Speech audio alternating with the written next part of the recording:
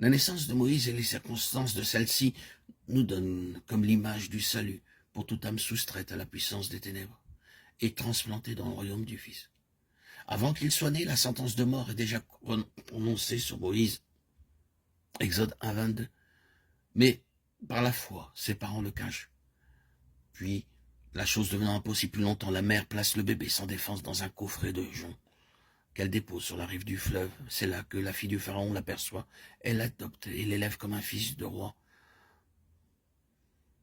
En lisant ce récit et les détails de l'action de Yochebed, nous ne pouvons nous empêcher de nous émerveiller sur la manière dont Dieu fait concourir toute chose à l'accomplissement de ses desseins.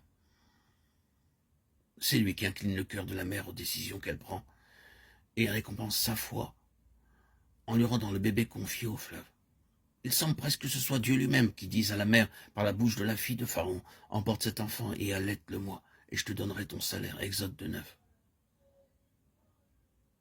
Ce fait nous rappelle l'action d'Abraham qui, de ses propres mains, étendit son enfant sur l'autel, dans l'assurance que Dieu pouvait le ressusciter des morts. Aussi le recouvra-t-il par une espèce de résurrection. De ses propres mains aussi, Yochebed déposa le bébé sur les eaux, dans l'assurance que Dieu pouvait le sauver de la mort, et il en fut ainsi. N'avons-nous pas, dans ce fait, comme préfiguré l'histoire merveilleuse de la rédemption, la sentence de mort était passée sur nous tous? Mais Jésus a goûté la mort à notre place, et il est devenu l'arche où se trouvent en sécurité les rachetés. Nous sommes plantés en lui sur la croix, et en lui, comme Moïse, nous sommes sauvés des eaux de la destruction, pour vivre d'une vie nouvelle, ayant reçu l'esprit d'adoption, par lequel nous devenons fils et filles du Tout-Puissant. Pour un peu de temps, Moïse avait été rendu à son foyer et à ses gardiens naturels. Il en va de même avec nous. De mort que nous étions, nous vivons et sommes devenus les enfants de Dieu. Mais pour quelque temps, Dieu nous laisse un ancien milieu, car nous sommes encore des bébés, et l'appel à le servir n'a pas encore retenti pour nous. Il faut des années de discipline pour préparer les héritiers de Dieu. Le Père attend que ces bébés soient sevrés et puissent être séparés des choses considérées comme nécessaires au premier âge. C'est moi qui guidais les pas d'Éphraïm, le soutenant par les bras, Osée 11.3. Au moment que le Père a décidé, dans sa grande sollicitude, l'âme est sevrée et doit apprendre à se diriger seule. Ceci peut provoquer bien des larmes. Puis, comme un enfant affligé, le disciple décide de s'en remettre pour toute chose à la volonté divine. Et il dit avec le psalmiste, « N'ai-je pas soumis et fait taire mon âme comme un enfant sevré avec sa mère. Mon âme en moi comme un enfant sevré. » Nous sommes 131.2.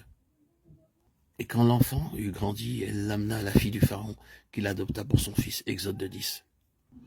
Et quand l'enfant eut grandi, elle l'amena à la fille du Pharaon, qui l'adopta pour son fils. Exode 10. Moïse est enlevé aux soins de sa mère et remis aux mains d'une étrangère, qui l'élève comme son fils. Et il demeura près de 40 ans à la cour de Pharaon. Pendant ce temps, il fut instruit dans toute la sagesse des Égyptiens, et il devint puissant en parole et en œuvre. Acte 7, 22. Tout le temps que l'héritier est enfant, il ne diffère en rien du serviteur, quoiqu'il soit maître de tout, mais il est sous des tuteurs et des curateurs jusqu'au temps marqué par le Père. Galates 4, 1, 2. Bien des enfants de Dieu s'irritent, s'impatientent durant les longues années de préparation dont ils ignorent le but. Les longues années d'instruction dans toute la sagesse des Égyptiens les fatiguent. Il leur tarde de se jeter dans une œuvre au service du Seigneur. Mais le divin modèle, le Fils, n'attendit-il pas 30 ans dans le village de Nazareth avant d'aller de l'avant pour une courte carrière de 3 ans? Que ceux qui sont encore sous des tuteurs et des curateurs apprennent à attendre le moment que Dieu choisira et à se reposer sur sa volonté. Les circonstances qu'il permet ont pour but de préparer pour la carrière que, dans sa grâce, il a choisie pour son enfant. Sachons attendre jusqu'à ce qu'il nous ait montré le modèle de vie qu'il veut pour nous.